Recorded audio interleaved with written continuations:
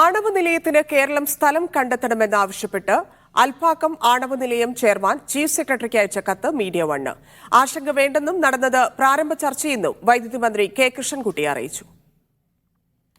ആണവ നിലയത്തിനാവശ്യമായ തോറിയം സംസ്ഥാനത്ത് ലഭ്യമാണെന്ന് കഴിഞ്ഞ വർഷം നവംബറിൽ വൈദ്യുതി മന്ത്രി കെ കൃഷ്ണൻകുട്ടി കേന്ദ്ര സർക്കാരിന് നിവേദനം നൽകി.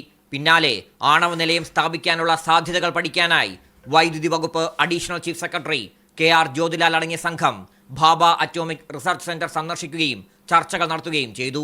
ഇക്കഴിഞ്ഞ സമ്മേളനത്തിൽ ഈ വിവരം സർക്കാർ നിയമസഭയെ രേഖാമൂലം അറിയിച്ചതാണ്. എന്നാൽ ഈ വർഷം May 16-ന് Kalpakkam Bhavini chairman chief സെക്രട്ടറിക്ക് അയച്ച കത്ത് വൈദ്യുതി വകുപ്പ് മറച്ചുവെച്ചു. ആവശ്യമായ സ്ഥലം കണ്ടെത്തിയാൽ ആണവ നിലയം സ്ഥാപിച്ചു നൽകുമെന്നാണ് കത്തിൽ പറഞ്ഞത്.